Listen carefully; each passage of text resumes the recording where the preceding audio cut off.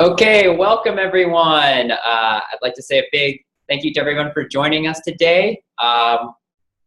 Today we're having the virtual alumni training conference, the 4th annual one, and we'd like to just say hi from everyone from the staff. I'm Ever. I'd like to welcome everyone, and then everyone would introduce themselves and say hi. Hi, I'm Samantha. Hi, I'm Zara. And very nice to see you all. And I'm Elise. All right. Well, thank you guys again for joining us. Today's conference is going to focus on educational leadership. We've got a great panel of speakers from TCLP alumni who will be sharing best practices and guidance. I'm just very glad to see everyone gathered today. TCLP alumni throughout the years. I see a few names, a few faces that recognize, and it's just wonderful to see everyone together today. If you could just indulge me for 1 second, and if you could just say if you can hear me clearly in the screen, in the chat window, that'd be great. Just let me know that we can hear each other okay. That would be great.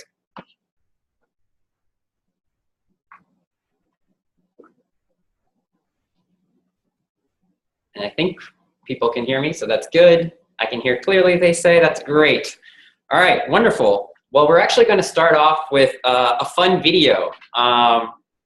It's our first alumni featured in the Why I Love TCLP video campaign on social media, hashtag TCLP10. I'm going to play it for you guys now. Hopefully you guys can hear it. And without further ado.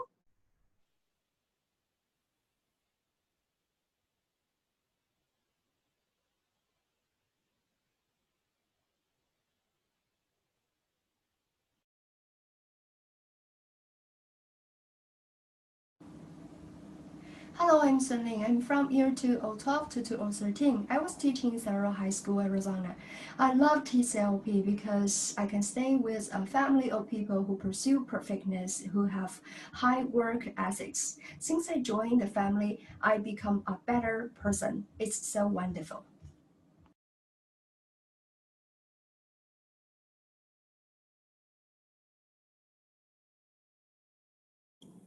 So I hope you guys could hear that okay. That was one of our first videos that we've shared from alumni. You may have been familiar with the TCLP 10 social media campaign. Our staff did videos, staff throughout the years and internationally. So now it's time for you guys to join along.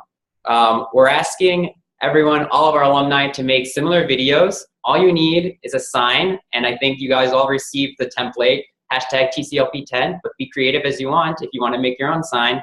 And basically all you need is a camera, the sign, and about 10 to 15 seconds introducing yourself, your alumni year, and your school, your host school, and then why you love TCLP. So we're going to be happy to receive those. You can share those on social media, whether it be on Facebook, Twitter, WeChat, or you can just email us the link or a link to the file, and we can share it for you at tclp@americancouncils.org.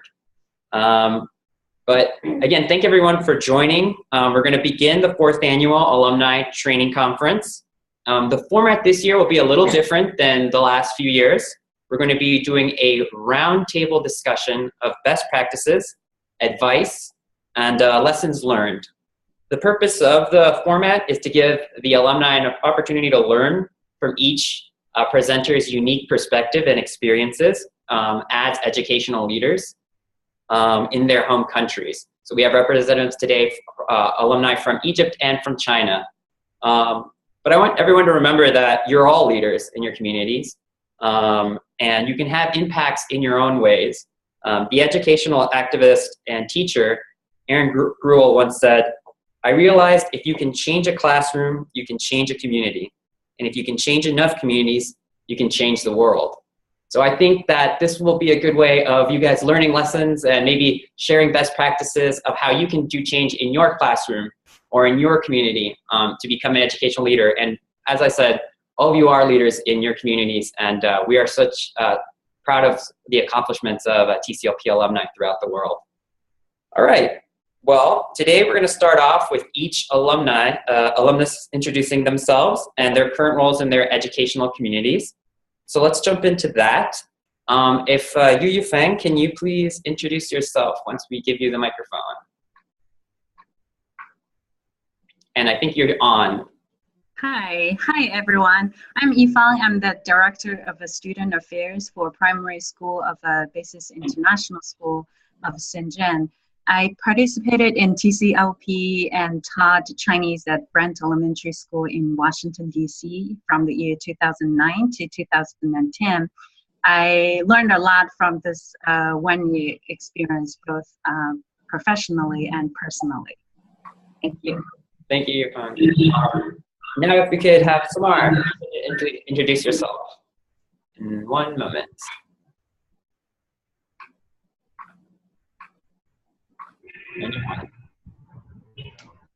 Hello, this is Samar Abdelfatah. I'm a principal of Bloom Language School in Egypt, and I used to be an alumni, or I am alumni already, to TCLP. I used to work in Mary Gage Peterson Elementary School in Chicago, Illinois. And I think that TCLP experience has enriched my life a lot, and I've learned a lot through this year. So thank you, TCLP. Thank you, Samar. And Mohamed, if you could please introduce yourself. I'll let you know when the mic is on. Go ahead. Hello, this is Mohamed Abdelsamad from Egypt, Garbia Governorate, Samanoud. Currently, I work in Samanoud Educational Directorate, Preparatory Education Department, and I am affiliated from the position of a principal of Tahrir Official Language School. Thank you very much. I have participated in TCLP 2011-2012 in Hellgate High School, Missoula, Montana. Thank you. Thank you, Mohamed. And Meihong, could you please introduce yourself? Yes, sure. Hey guys, so good to see you. My name is Meihong, and I took part in TCLP program in the 2008 to 2009 school year, hosted by the Laney School in Bethesda, Maryland. Now I'm teaching in Dalian Yumin Senior High School, working meanwhile as dean at the English department. And I also serve as director for the Senior High School English Committee of the Dalian Education Society, and a part-time training teacher in Dalian College of Education. Thank you so much, Meihong. Well, I'd like to thank all of you for joining us today, our panel, and of course, all the alumni listening in and watching through Zoom. I'll start off with our introductory question, and this will be for all our guests today. Alumni, after participating in TCLP, what leadership roles did you take on in your local educational community, and how did you seek those roles out? Actually, we'll start with Samar, if you could answer that one. So actually, before having the experience of TCLP, I used to be a primary stage principal in my school. But after I came back, I got promoted to be the whole school principal. So my duty is just enriched, and I have I didn't seek for anything actually. I think the things that I learned in U.S.A. just promoted me for this position, and it was an offer that I accepted. So it came this way. And how did you incorporate some of your roles from TCLP as far as increasing sort of your leadership qualities there as a new principal? Yes, of course. So TCLP has enriched me with lots of information and lots of stuff that I used to in this position. So yeah, cooperation with TCLP helped me a lot. Wonderful. And let's go to Meihong. How did you become? Leadership roles? What kind of leadership roles did you take on in your educational community after TCLP? Yeah, like all the others, I think I gained a lot from TCLP. So I think it's my duty, it's my responsibility to share my experience with the teachers in my community. So in the past 7 years, I have taken full advantage of my position in Dalian Education Society and Dalian College of Education. And at the beginning, when I have something that I want to share with others, I just contacted the training teacher in Dalian Education of College of Education. And after some successes, people will come to me and invite me to give a lecture or a lesson. And so now, for each year, I will give a lecture or a lesson concerning my understanding of some very useful teaching methods and ways to help the students gain success in their language learning. And also have some apprentices, 2 in my school, 2 in a school a remote school, I should say, remote school in the eastern part of our city. And also 1 more from Xishuangbanna, a very small city in Yunnan province. And I share with them all that I know, and I give them the help that they need. And also, I serve as the judges for many competitions concerning English learning and also English teaching. And I keep in touch with those teachers and give them help when it is needed.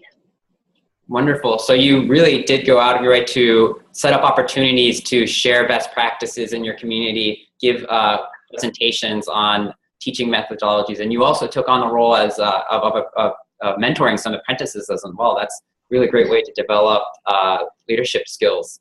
Eva, can we ask you, Meihong, to elaborate a little bit more? How did she find these apprentices? And sure. Did you hear that, Meihong? She wanted to know how you actually got in touch with those apprentices. And I did. Talk a little bit more what you do with them. And then if you could explain a little bit more what you do with them. The 2 apprentices in my school, that's the 2 new graduates when you come to my school, because I'm the leader, the dean of the department, and they became my apprentices. And the 2 apprentices in that remote school, it's because we have such a program. Some teachers will go to remote places to give them help, give them teach them, give them lessons and things like that. And then when on my trip to that school, and I give them a lesson, we have a discussion together. And those 2 teachers, they admire me very much. Sorry, I have to say this. They admire me very much, and they ask me whether I can be mentors to them, and I accepted. And the teacher from Yunnan province, actually that school is my sister school. Yeah, and then the teacher came to our school for three months, yeah, and learned from me. And then when she went back to school, we still kept in touch with each other. Great. That's wonderful. I think that's really helpful for teachers who want to share their experiences with other teachers, and especially younger teachers who have just graduated or need guidance and advice. Thank you so much, Meihong. Let's talk to Yifang. Can you please also let us know how what leadership roles you took on in your community after TCLP, and how did you seek those roles out? And your mic should be working. Yeah, after participating in TCLP, I was first subject advisor at business schools, DC campus in America, and then the school director at business schools Shenzhen campus in China. My experience in TCLP helped me to become a more effective and motivated teaching educator with more initiative. So I worked hard, but I didn't do the hard work with the purpose of being promoted to a leadership role. However, the hard work helped me to build skills, reputation, and work ethic. So when there was an opportunity, I was selected. So I think as long as we put our head down and do our job diligently, and always be willing to take the initiative and go the extra mile to contribute to our local community, opportunities will seek us out. Yeah, definitely. Hard work, you know, like it is one of the most important parts of becoming a leader. You do have to put in the work and work diligently, as you said. Let's hear from Mohamed too. Mohamed, what leadership roles did you take on in your local education community, and how did you seek those roles out? Since my return from TCLP from the U.S., I started to contact our school the administration building, the units in the administration building offering help. So I started some trainings either in my school or at the city level.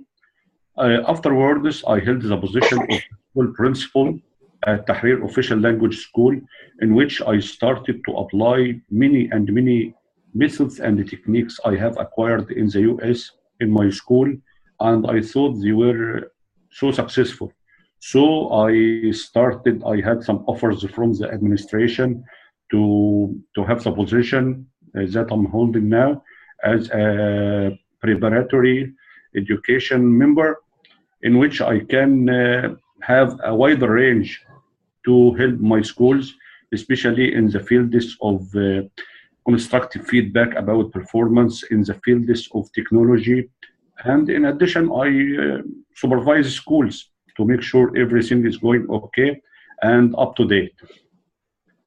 Wonderful. Yeah, and it seems like, again, a common theme here is that everyone is using the lessons that they've learned either from their experience in the US and from their own background and experiences to share what they learned and either give trainings, give presentations, communicate with their colleagues to put themselves in the position to be these leaders, because they're taking on these leadership roles as far as sharing best practices.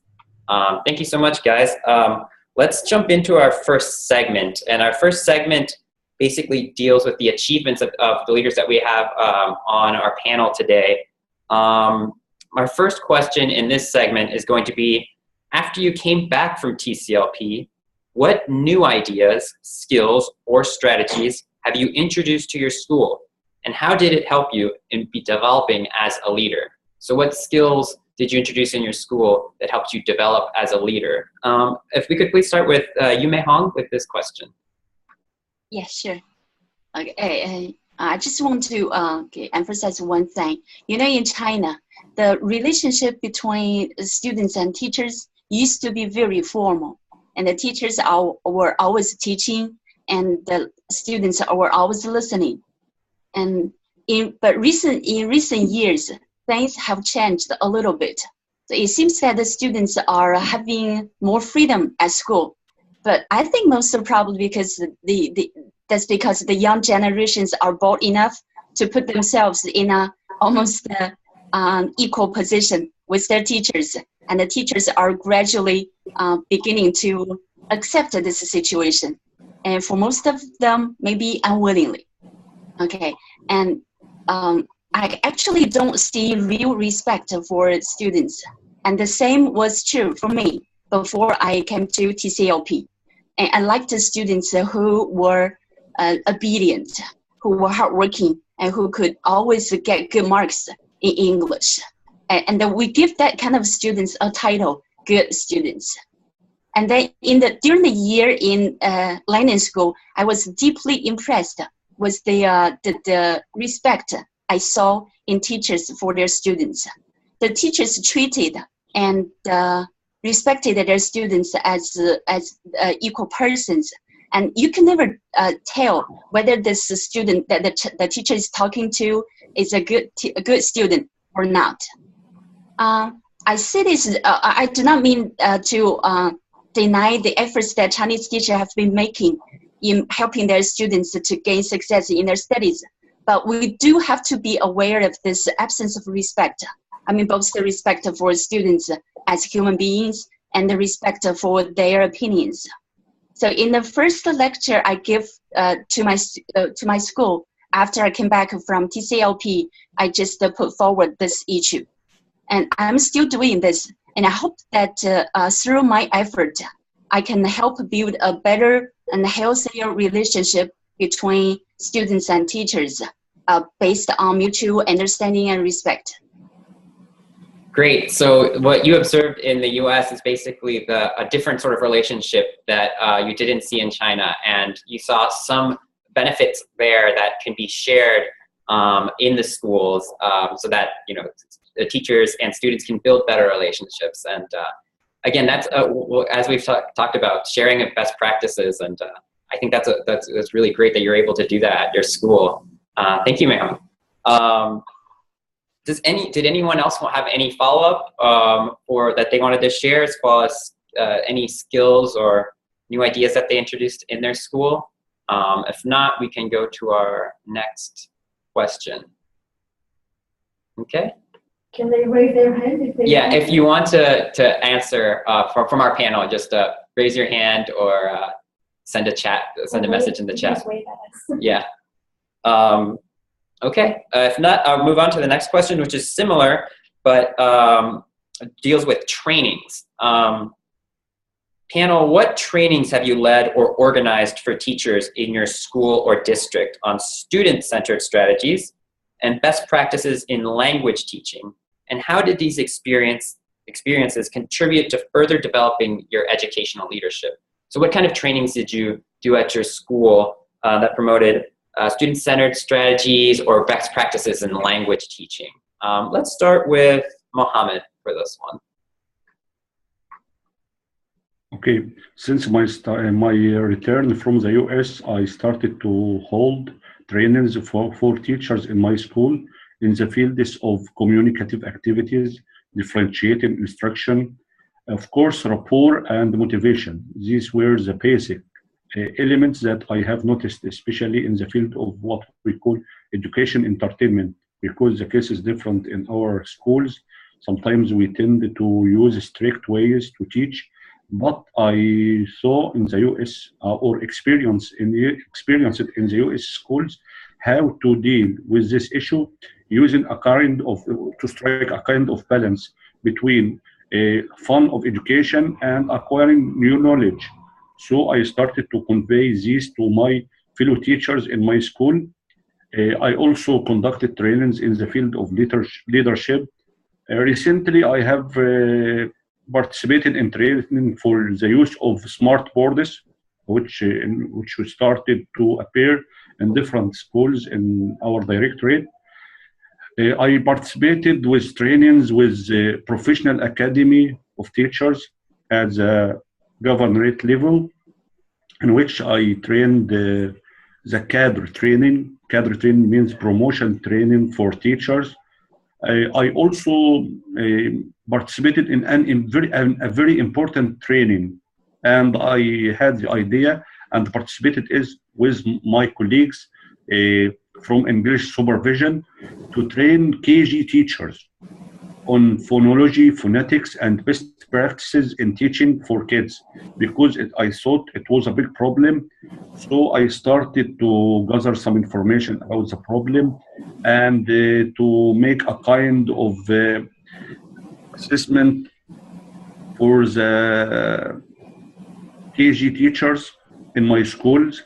According to this, I designed a training especially in phonetics and phonology for KG teachers, because it was problems they taught kids in a certain way. They gave them some words with the wrong pronunciation, and it caused a problem afterwards. So I suggested this kind of training to be incorporated in the English supervision training, and I give this kind of training to KG teachers. Of course, these kinds of training in different levels gave me a close contact with teachers, with principals, with the stakeholders of education, in which I got some important feedback from them on how to apply these techniques and the conditions in our schools. Of course, this helped me afterwards when I took the role of a school principal or a kind of follow-up inspector in different schools. This is in the field of the leadership. Yes. So you would say that organizing these trainings and sharing these best practices in teaching and all the fields that you had discussed, this really helped you in developing as a leader and refining your roles as a leader. Of course. Wonderful. So I think Zara has a question. Yeah. Mohamed, can you hear me if I speak from here? Hello, Zara. Hello. Can you hear me? Can you elaborate a little bit, like how long were some of these trainings, and were you doing a need assessment to understand what topics to cover for the teachers, and how did you know that your training was successful?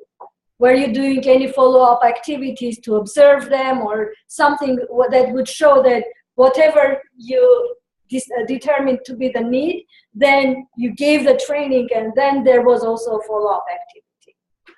Yes, I'm going to start from the very end because I think the most successful one, which was a training I have held to KG teachers, because I did it while I did the kind of needs analysis while I was in my school as a principal, because I had 3 levels. The KG level, with dealing with teachers, I started a kind of discussion with them. Afterwards, I started to collect in a kind of needs assessment or needs analysis.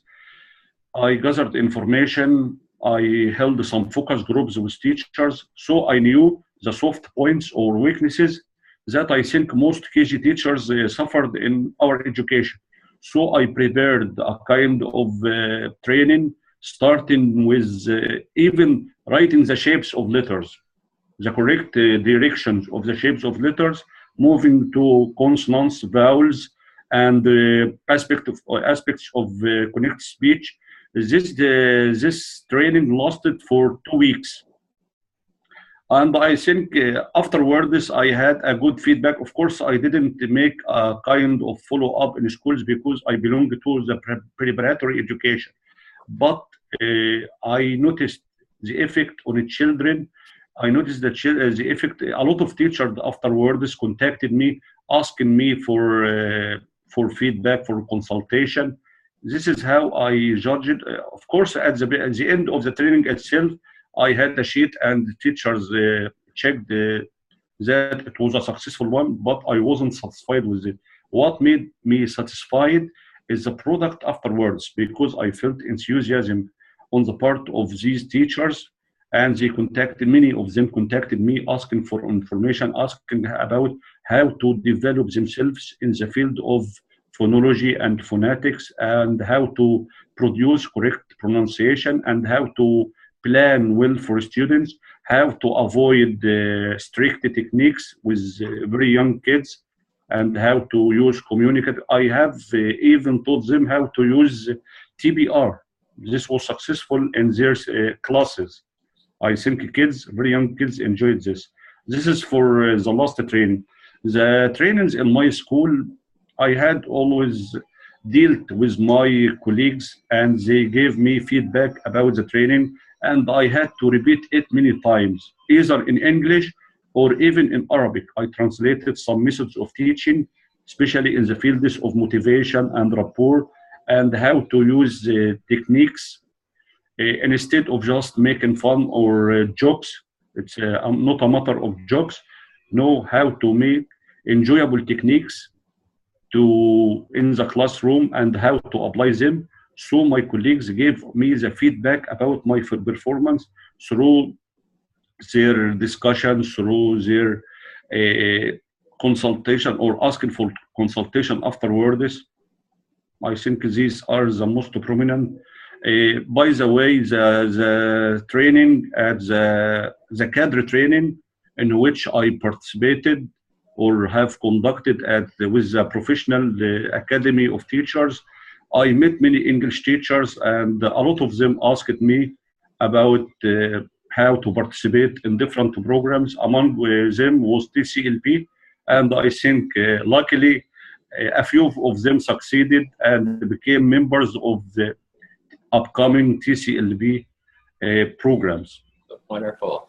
And I think one of the important points you made too, not only just using assessments formally, one of the things that you knew that you made an impact is seeing the direct impact from the students and the teachers. And that's a wonderful thing that I think, true leadership will bring out. You will see the results if you have, students, feeling the effects of the trainings that you had given through your teachers. So that's wonderful.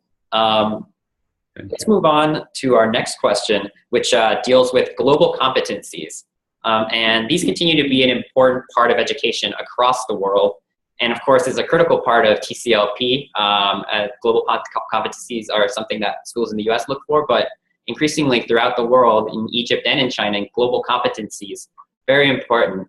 So I wanted to ask, what kind of global competencies or international experiences are you implementing in your school or district, and what has the impact been on your students? And I'd also like to know how embracing those global competencies or international exchange experiences have helped you become a leader. I would like to start with Samar, if you could let us know about those global competencies. So actually, ever to start to like dealing with international and global items or ideas in your school, you have to align the teacher's preparation in the first place to have like with something related to global perspective. So this is what I have just adopted in my school right now. We are having weekly professional development days. On those days, we are trying to make the teachers get inspired by the ideas of how global international is going around us in different places and different countries, especially in USA, since we are having this experience already. So we start first by the teachers. Then we are moving to the second or the most important criteria, which is taking care of the proficiency of second languages. So since my school is a language school in the first place, we are teaching 4 languages: Arabic, English, French, and German. So we are adding a great value to enhancing those languages with the kids in the school. So it helps them even to have a better look around the world. It helps them to understand that diversity is important and respecting diversity, and learning about different cultures and different nationalities, different traditions and habits. So this is helping my students to know more about this. One more thing we are dealing about with our students this year is raising their awareness for international issues. Not only by just studying stuff in social studies, but we are doing this in different subjects. So when we are dealing with we are having a major planning. So when we are learning a new topic, we are relating this topic to different places around the world and how they dealt with this issue. How is it tackled in different places? So raising the international awareness among the students is very useful. I think this is helping them to adapt different perspectives and different ideas from different places in the world. So we are now, I'm proud to say that my middle schoolers and high schoolers are always in search for chances for exchange cultures or learning about cultural exchanges around the world. They were so excited to know about YES program that American Council for International Education is offering, and most of them are just asking and begging for letters of recommendation just to join this program. Also, we are trying to search for another partnership with a universal education institute that helps the students also to learn more about the opportunities of traveling and learning abroad and learning from different other places. So I think we are every day, on daily basis, we are searching for new things and we are learning from different cultures. Students are doing projects around different cultures and different festivals and how things are going there. So I think we are doing well in this matter. So wish us good luck. Absolutely, good luck. And would you think that, like, for TCLP alumni who want to take on roles as leaders, global competencies, and it seems that you have a lot of experience with these and international experiences, is this a good way to do so, to build your leadership skills? Of course, because starting by learning, being yourself in this experience and learning about this is going to help you even to learn from every simple step you are having. So this is what I've mentioned before. TCLP taught me a lot of things, like starting from using the Google Drive to communicate your school, from just the weekly newsletter you are using to have like 1 unit in your school. So even the simplest things that happen and you have just faced this unconsciously in your experience, you feel after you have just reflection of the whole year or the whole experience that yes, I have learned a lot. And when you are just writing them down, and you find yourself like even much better than you used to be. Yes. Great. Let's hear from you, Yifang. Could you please let us know about the global competencies or international experiences at your school, and how they help you as a leader. If you give us 1 second. Okay, looks like your mic should be on. My current school is an American international school with international staff and faculty. The majority of whom are Americans. They bring their expertise and they bring their expertise from all over the world and expose our students to different cultures and perspectives. Our curriculum is from America. Our preschoolers are taught classes like world discovery, and they take world history, regional history, physical geography, and human geography all the way through high school. So they start to investigate the world and recognize different perspectives since they are very young and all the way through their high school years.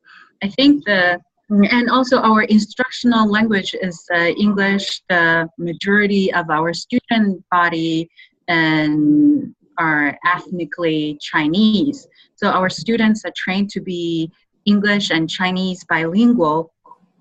I think we are preparing our students for success in the modern globalized society, as a successful person should have communicative competence in at least one foreign language, as well as the culture awareness of the target language.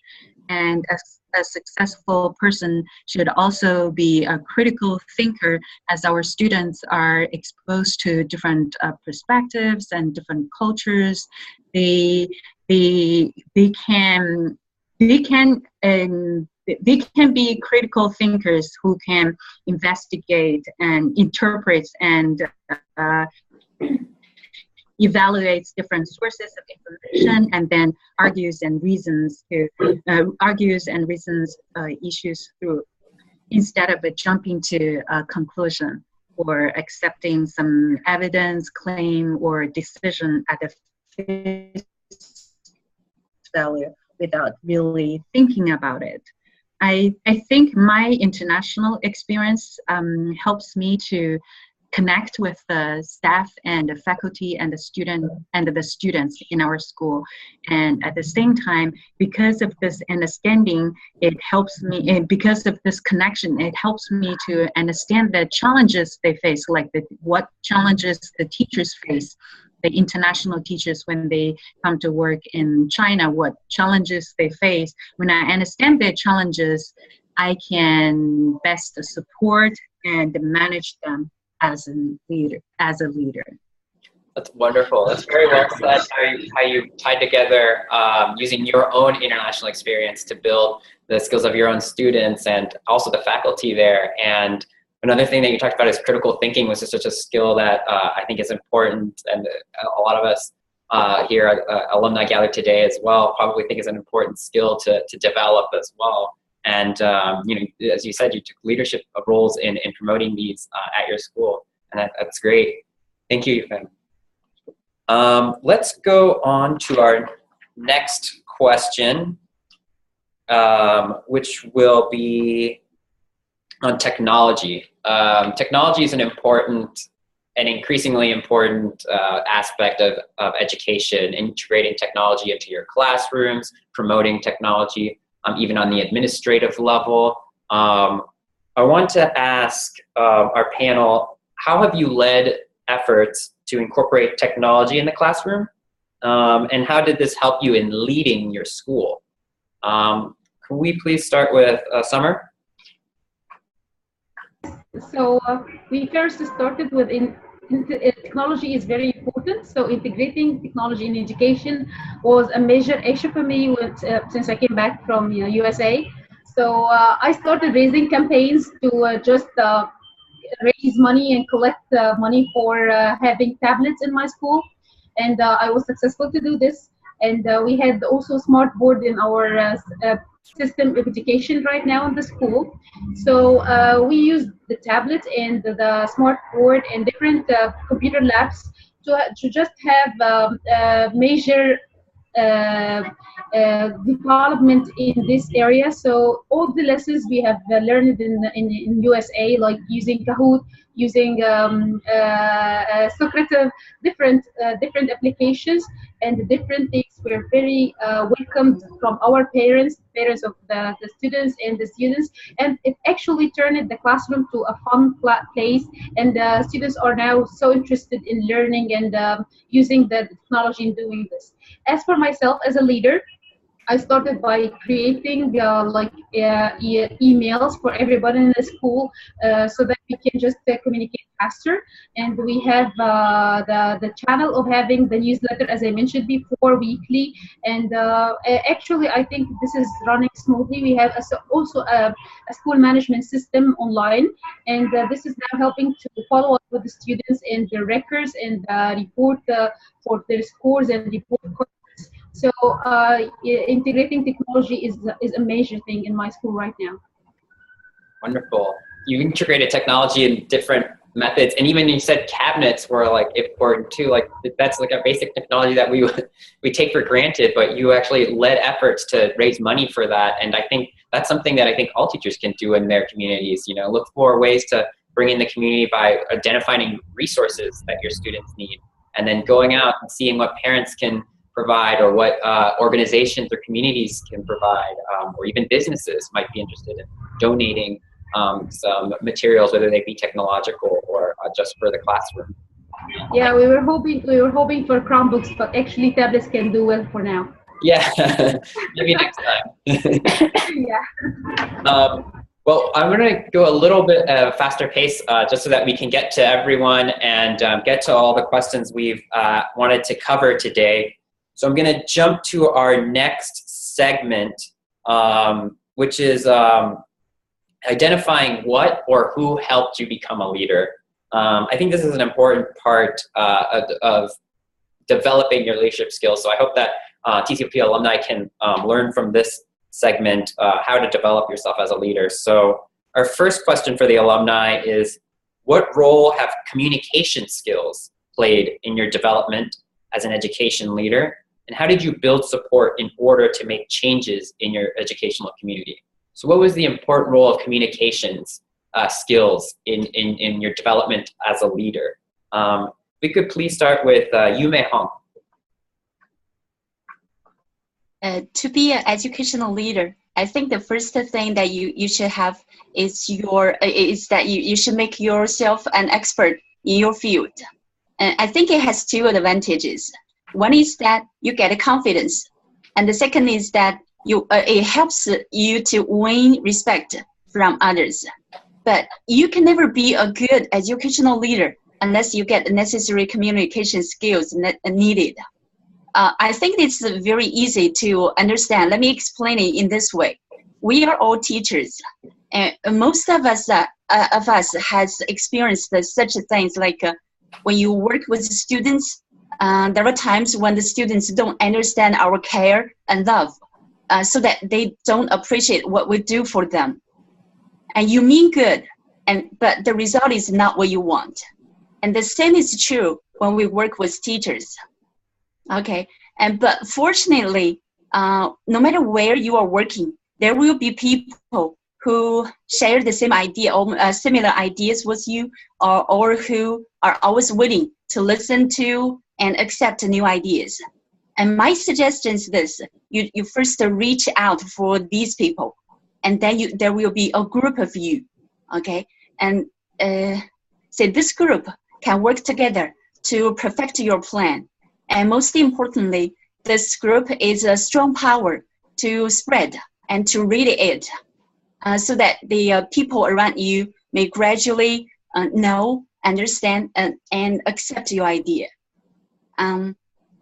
When your idea proved to be good, so next time when you want to make some changes, it will be easier because people have started to trust you. Just like things will go on smoothly, and just like the saying goes, two heads are better than one. Great. So you want to incorporate as many people as far as developing your communication skills, reach out to people, build consensus. share your best practices, and then hear back from what other people have. They have best ideas too that you can incorporate in your own plans and innovations. That's really great. I think that's a very cooperative spirit that is important in communication skills. And again, I think communication skills are a really important part of becoming a leader. So if there's anyone else on our panel that would want to add very quickly any other follow-ups about communication, feel free to just to write in the chat or raise your hand. If not, we'll move on to our next question. And this one has to do with working with your host schools back when you were on TCLP. We just want to quickly just talk about how did working with your host school contribute to your professional growth, either while you were on program or if you've been working with your host school as an alum. Share with us how your host school played a role in your development as a leader. And then if you have any ideas that you can share about connecting with your host school as a leader, that would be great too. So I think we're going to stay with that. Meihong, if you could also, again, just share how working with your host school developed your skills as a leader. Yeah, teaching American students Chinese was a totally new experience for me. And the atmosphere in American classroom was completely different from what I have been used to. So during the school year at London School, I tried hard to adapt myself to the new environment. And I was all the time asking myself questions like, how can I make my students interested in Chinese? Because Chinese is supposed to be a very difficult language for them. And then how can I get my message across to the kids as they have, I think, very little background knowledge of China? And how can I get the students remember things without killing their creativity?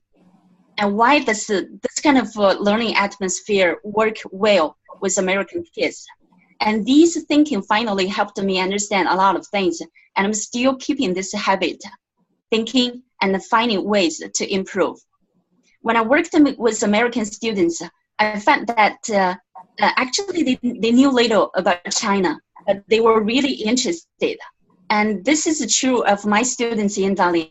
There are things that are very common in America, but may seem very unbelievable to them. And as everyone knows that if you want to know a country and to experience the culture in person, I think it's a good idea to arrange visits between the two schools, not just for the students, but also for the teachers. This, I think, should be short term. And of course, we can make it longer for a small number of students or teachers. So that is, we have exchange teaching students to the opposite schools. And okay, with the development of information technology, I think it's easier for us now to make our American students and Chinese students meet with each other without taking the trip. So there's one more thing I want to mention. I can see that some American teachers did methods that seemed simple but are very useful in real teaching. So I think that we should keep in touch with them and ask them for help if needed. And I'm sure they will be very happy to help. And I think TCLP has given us such a great chance to have our own resources in America. And I'm sure that you can find more ways to use the resources. And this will benefit not only your home school, but also the host school. That's a great message. But we would be happy to facilitate if you guys want to connect with your host schools or even other schools to learn more about teaching practices or learn any other skills from U.S. host schools, or if you want to share something from China as well, or if you want to build an exchange, as Meihong was talking about, virtual exchanges, we'd be happy to help facilitate those. So just let us know. And I think it's definitely something that can be pursued, especially if you want to develop your educational leadership. Samar, do you have just a quick follow-up if you want to add? Samar? Just 1 second. There we go. Yeah. Okay. My host school I used to learn a lot from their planning and how they are doing facing crisis. And what was really impressive for me just how integrating community into school. So this is what I have adopted recently in my school. So I started a Friends of Bloom, like Friends of Peterson, and it's a try for me to make the community integrated and volunteering. So this is a we can share our perspective with the community around us. So I think this is also integrating the community in the school is a very important thing too. Yeah, absolutely. And it's wonderful that you learned that while you were on the program, and then that you've been able to implement that at your school. You know, getting the community involved, as we talked about earlier, can lead to a lot of successes at your school, whether it be supporting the students, getting them more engaged in the classroom, or just even just finding out more why, if a particular student or students aren't performing well, what are those reasons? Maybe if you have a community involvement, you start finding out, you know, what you can do best to support these students. So wonderful. We're going to go to our next question. And I really do think that host schools do provide such a great experience for our TCLP alumni. And I just want to also address how experiencing the U.S. educational system overall, or government systems while you're in the U.S., what kind of impact did that have on the alumni here today? So educational systems in the U.S., government systems that you witnessed firsthand while at TCLP, how did that impact you? For this one, let's talk to Mohamed. Yes. Of course, our first impact on the TCLP is a relaxed environment, relaxed work environment in each field, starting with our meeting in Washington, D.C., in our schools, in our school districts, in the Arabic Advisory Council, and in everywhere we have been dealing with each other as teachers or members of teaching community. The relaxed environment was a very important element in that I have noticed, or first impression in the U.S. education system. And I have tried to apply this when I returned back. I'll talk about this afterwards. The second thing is decentralization. Decentralization is very important element because, you know, when I went to Missoula in my school, in the district, I had witnessed a lot of flexibility in the work. So the school can take a lot of decisions.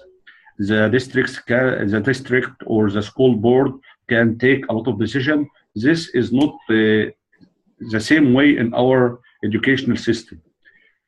A third thing is the commitment to work from the teacher's part and punctuality.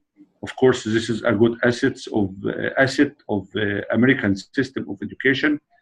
In addition, use of technology. Of course, we have started in Egypt the use of technology, but in the US, in every field, even using emails and using software, how to use even the wireless printer. I have recently tried to help many schools, which I supervise, to set up a Wi-Fi printer instead of just wired ones, or yes, because this I think it moves us ahead. When I came back, I tried to apply some of these techniques. When I became a school principal, the first thing I tried to apply in my school is a relaxed atmosphere. Based on our relationship between me and the teaching staff and all the employees in the school, how to be fair, how to commit to my work, how to be a model in myself in punctuality. So when I talk to my colleagues about punctuality, they can believe me. For example, from the very beginning, I had some occasions in which I had to be absent from school. So before leaving school, I crossed myself. This is the way we take absent. I crossed myself the next day. They asked me, they wondered, why did you do that? I told them I should be a model in myself. But if you have problems, if you have anything, this is not the case for you, because I am the principal. So I have to be a model on myself. To be fair was very important to establish. I have witnessed this in American schools. So I tried to apply this in my school. How to use this technology, I participated even, I myself participated, helping everywhere to set up new techniques of communication with staff, how to establish a network all over the school, and so on. Decentralization, of course, I can't change the laws, but I can change the way I deal with the administration, with the visitors, with everyone, because if I can build bridges of trust, I can do whatever I want. This doesn't mean I break the regulations or the rules, but I give myself a lot of flexibility. Another element is flexibility in the curricula. You know, in the US, I could design a lot of my syllabus, but this is not the case in our schools. But we couldn't change the syllabus, the syllabi or the curricula, but we could change the techniques. Sometimes especially in the official language schools, we can adjust the syllabus in some certain fields in advanced English. So we try to do this. In addition to this, what I can say, commitment to work. Commitment to work, teachers' commitment to work depends on motivation to the teachers themselves. So sometimes I had side talks. I tried to find ways to motivate teachers. Even now, I try to motivate principals. When I follow up a school, I don't use frightening atmosphere. No, I just pay visits, offer help. Even when I give feedback, giving feedback is very important. The way I give the feedback, I tried what you called in the US the sandwich, in which I start with compliment or the assets, good points, then what I want to talk or what I want to criticize or what I want to be reformed, then I give a compliment on another thing. So I give the feedback in a good way, and I think it's a good way, and the building respect. When I give the teacher a kind of respect, or even the principal, even the personals, people in charge, employees, deputies responsible for students' affairs or employees' affairs, when I have discussions with these people, I should show respect, due respect to those people. So I think it gives me a good result, rather than just annoying and just a kind of judgment, you are right or you are not. It is not the case. These techniques, I think I have learned it in the US, comparing them with sometimes strict ways or centralized ways in our education. Yes, that's Wow, that's a wealth of experience that you brought from the US to Egypt, and sort of incorporating, you know, the local conditions, whether, you know, it be more centralized or, but bringing in those relaxed atmospheres and bringing as much as you can in the teaching strategies in the classroom to you know, open things up a little bit more, and you know, different methods. Yeah. Wonderful. Well, we're running a little bit low on time, so I want to cover two things for today before we finish up. Two things that I think are very important for us today. One is I want to just briefly discuss about mentors and how you found mentors in your process of becoming an educational leader. I think they play a crucial role in developing leaders. So I'd like to ask the panel, was there a particular person that helped you, guide you in becoming a leader? And who were they, and how did you identify them? And I'd like to start off with Meihong. Do you have a mentor that you could talk about that helped you in your career? Me? Yeah. Is it my turn? Yes, go ahead. Okay, actually, I was not given this topic, but I'd like to say something about this. Because really, there was a mentor that I think she gave me a lot. And I really want to say something in memory of her. because she just passed away 2 years ago. But I met her when I first graduated from college, and she was such a kind lady, and she taught me everything she knew.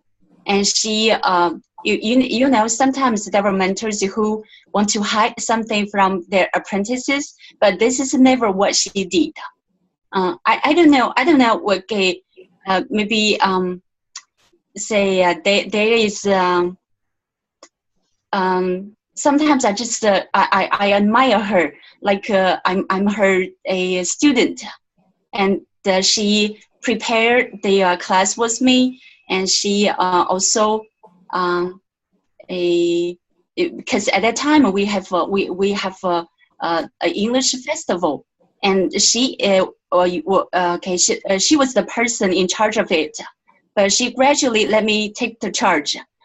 She thinks that I have the ability to do this very well, and I was given the confidence, and then later I really can do something really good. I think this is lucky for me, and but sometimes people may think that when you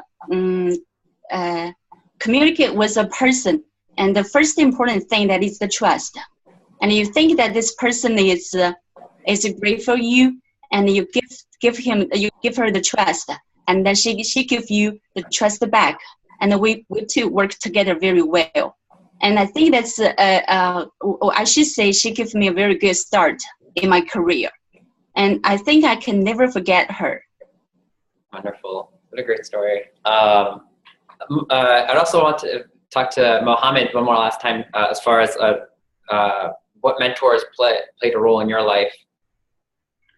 Yes, of course, all the TCLP staff are mentors, are really mentors for me, because I learned a lot from them from the very beginning of the program.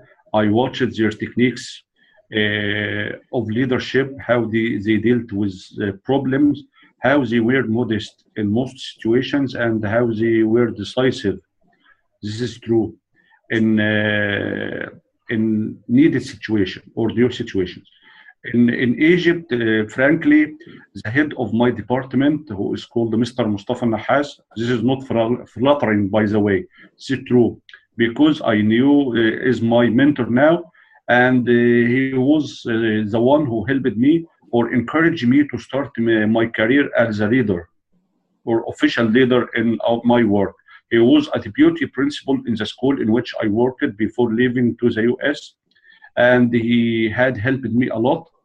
He gave me a lot of consultation, especially I was much concerned with the technical issues with English, with methodology.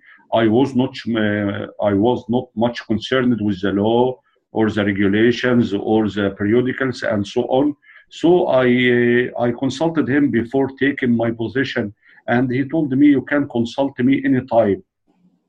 This was a kind of confidence for me, because you can't, it's not acceptable to refer back to your colleagues in your school, especially if you are the principal. So many times I referred to him, and he gave me at the very beginning, he gave me good feedback, good reference. And by the way, I started to know how to get the information I needed. And this is one thing. By the way, he's not this way with me only. He has a personality, a supporting personality. He is motivated. So I chose this man because he loves his work, and he's ready to do this for anyone, without humiliating him, without feeling that he's superior to me. No, he's just doing his work and he's doing his job. And I started to learn this from him. And I always offer support to anyone who works in every field or who wants to join the field of leadership. So this is the case. We learn from someone and try to do the same with other people. The common thing I heard there from both presenters was trust and confidence, and then being able to openly share and receive feedback. That seemed like both of those things were common themes as for our mentor and what makes a successful mentor relationship. Thank you, guys. We're going to wrap up today with just a quick question. I think all of our panel will have a few suggestions, so let's try to go a bit quickly so that we can wrap up. But I just want to give the panel a chance to discuss and identify some helpful resources for TCLP alumni in their home countries, whether it be trainings or any other kinds of resources they can seek out in order to develop their leadership skills. Mohamed, we just had you on, so if there's anything as far as resources that you'd like to suggest very quickly. Yes, in my country, first education law 155. This is very important for teachers and for principals. And in addition, the ministry decision 313 for total assessment. This is also very important. If they wanted to hold a position in Egypt, they will have to, it's not optional, they will have to have the training administered by the professional development or professional academy of teachers. They have to sign up beforehand because there is a large queue waiting. So they have to sign up very quickly if they wanted to hold a position, because if they want to the field of a school principal, they have to apply this kind of job or training. If they want supervision and if they want to be superintendent, these are the three types of training administered by the Professional Academy of Teachers. In addition, they can log on and find some useful books. They are for free. For example, the concise book of financial and administrative affairs. This is very important. And there are some websites or groups, but basically they can refer back to the ministry website for the decision. There are too many decisions. So they can choose, or they can refer back to their principals, they can refer back to their colleagues to ask about the most important decisions, such as the ones I mentioned, and some more, about 30 or 40 are very important. They can find them. They can find some collections of them, and they have to sometimes to memorize these decisions and laws. And they can refer back to the school principal, their school principal, and find a file. Of course, most principals have a file including most important periodicals, regulations, and ministry decisions. I think they wouldn't mind lending him or her this file to photocopy it. I think this would be very beneficial or very essential in their upcoming work as leaders. Thank you. Thank you, Mohamed. Let's go to you, Meihong. We just had you on. If there are any resources that you suggest, or trainings or conferences or anything like that, institutions that TCLP teachers in China can visit or consult with. Okay, I have attended several trainings. Like in 2012, I took part in a national training for backbone teachers in Beijing. And from 2011 to 2014, I participated in a series of trainings given to academic leaders in Liaoning province. And there were still many other trainings of different levels and types. And I should say these trainings benefited me in different ways to different degrees. I would recommend that if you are given a chance to take part in one, because there will be a lot, like just cherish the chance. Because sometimes I can hear teachers say that this training is rubbish, I can learn nothing from it. And they always say this, but I think they are mistaken. So I want to remind you of this. Do not expect any training to be totally new and will 100% work for you. This is not reasonable because you are already an experienced teacher. You have already know a lot of things.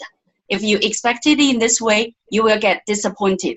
You just make sure that you can find in each training the things that better you and your educational career. There is a saying I like very much. I want to share with you. It is, keep your eyes on the stars and your feet on the ground.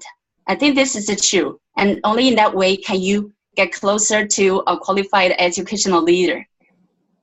Thank you. Meihong. That's a very nice sentiment that you just shared. Samar, do you have any resources in Egypt that you'd like to share with the Alumni Day? I think usually it's the leadership management programs that Cairo University offer. They are like appreciated a lot. You can learn many things from them, and even if you can search like online courses or stuff like that, it can also add to you. I has just read here something written by someone that the age is always the element of promotion, but actually. Sometimes if you are qualified enough and you have the proficiency enough to be chosen for this task, you will be promoted with whatever age you are. So just to seek for the promotion or seek for, be a lifelong learner. So if you are a good leader, you're going to be a lifelong learner, you are going to add up to your, invest in yourself. So this is what I can say about this issue. So many resources in Cairo University and many resources from AUC as well. So people can just try to Google them. They will be very useful. Wonderful, thank you, Samar. And finally, with Yifang, could you share any other resources you think would be important for alumni to find in China?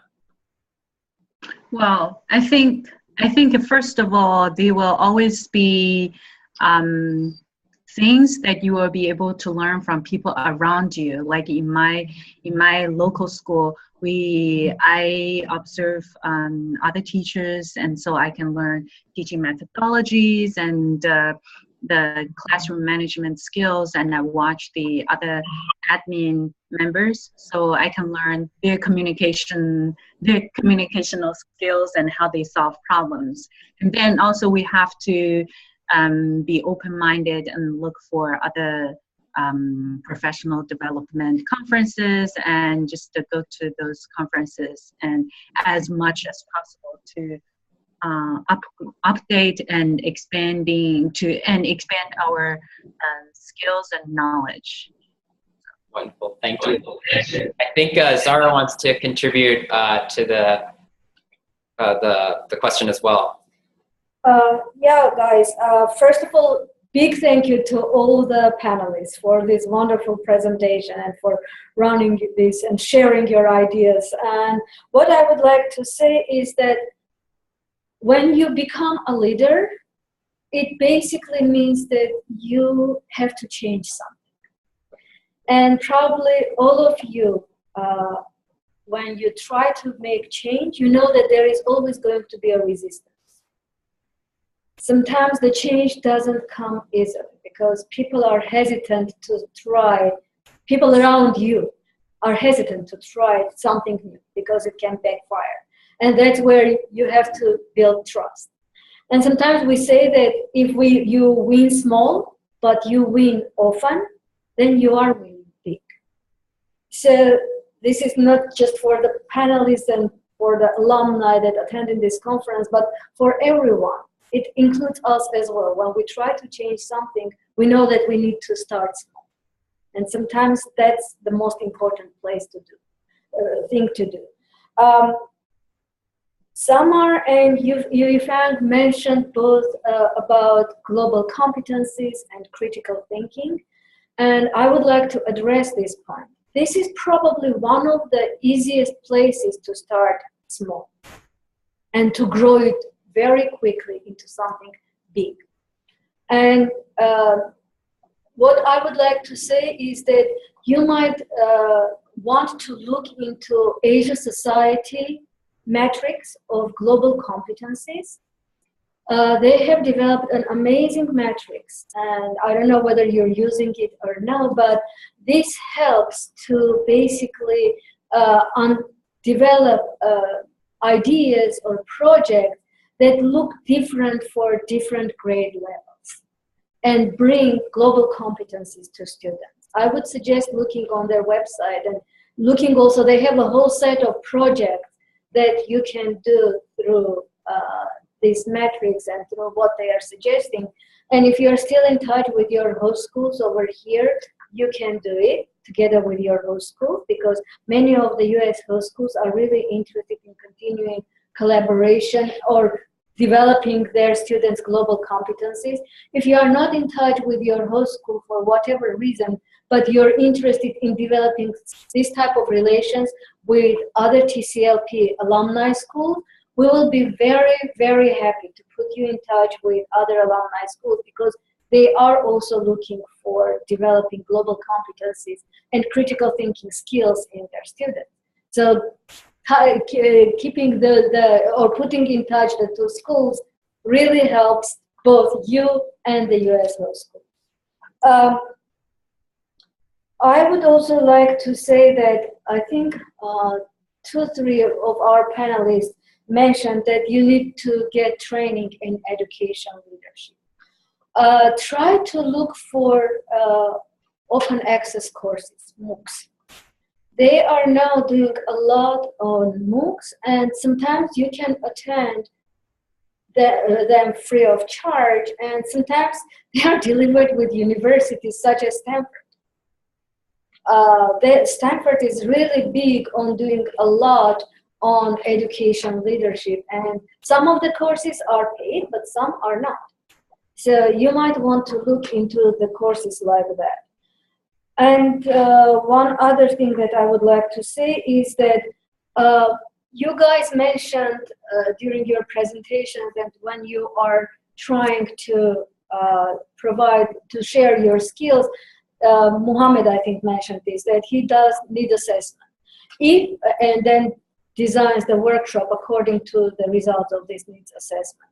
If you have any needs assessment questionnaires or any focus group questions that you have asked to your teachers or to your colleagues in order to do this, can you please send them to us? If you have agendas of workshops that you have organized, can you please send them to us? We will be very happy to post all these as resources for our alumni to access and to widely share.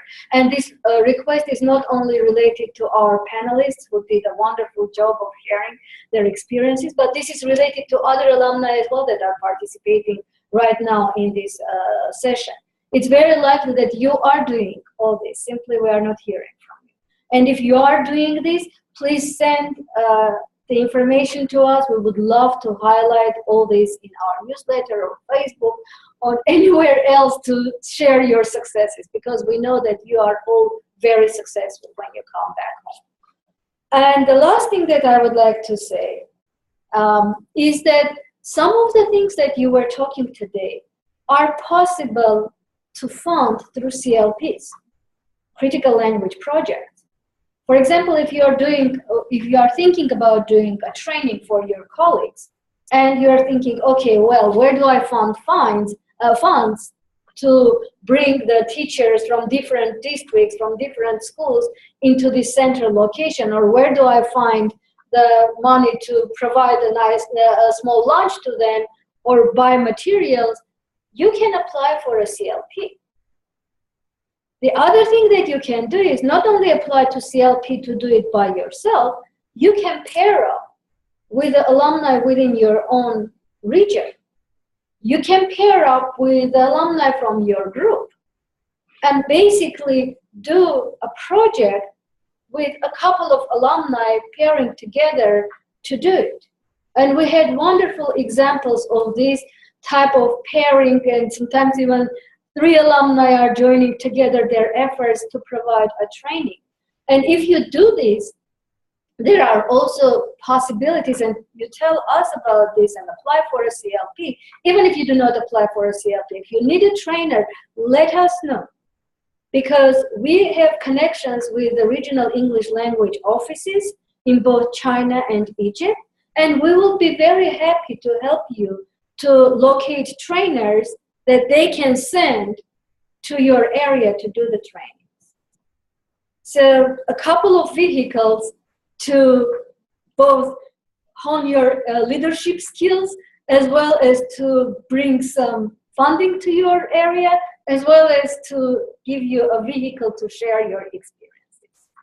In the meantime, I would again like to thank all the panelists for this wonderful sharing of ideas. You are amazing leaders, and we are so proud and honored to know you. Thank you. Thank you, Zara. Well, guys, again, I also want to thank the panel who did such a great job today discussing their experiences. Again, just want to reiterate for Zara that you can apply for CLPs to do trainings. You can also, we talked about global competencies today, if you want to set up any kind of exchanges or work through any kind of virtual experiences and virtual international experiences with your students, let us know. Apply for your CLP. Can help facilitate those kinds of things. But again, thank you all for joining. We do have a special surprise. I think we kind of mentioned this in the email. If you want to record a why I love TCLP message today, we can do that right now. Just let us know in the chat window if you're ready, and we'll record you doing your why I love TCLP video. Again, 10 seconds with your sign, and we'll be glad to do that for you. So just let us know in the chat window who is ready and who wants to do that. While we do that, again, big thank you to all of our presenters today. Meihong, Yifang, Samar, and Mohamed. You guys were great, and it's my pleasure to work with you guys today. Tomorrow, we'll have a new group of alumni discussing best practices in educational leadership. We had so many topics to cover today that we'll have a lot of new topics tomorrow that we didn't cover today. We'll have new experiences, a new set of alumni with different experiences, unique experiences that we did not cover today. So please join us tomorrow. We'll also be announcing the winner of the Alumni Lesson Plan Contest. So stay tuned for that. Come and see who the winner is of the Alumni Lesson Plan Contest. And again, we look forward to seeing everyone today. So again, thank you to everyone for joining us today. We hope to see you tomorrow. We'll start at the same time and through Zoom, same link, okay? Thanks a lot, everyone. Again, let us know if you want your TCLP video recorded now. And if not, we'll see you tomorrow, okay? Thank you, panel. Thank you, alumni that joined us today as presenters. We really appreciated it. Thank you.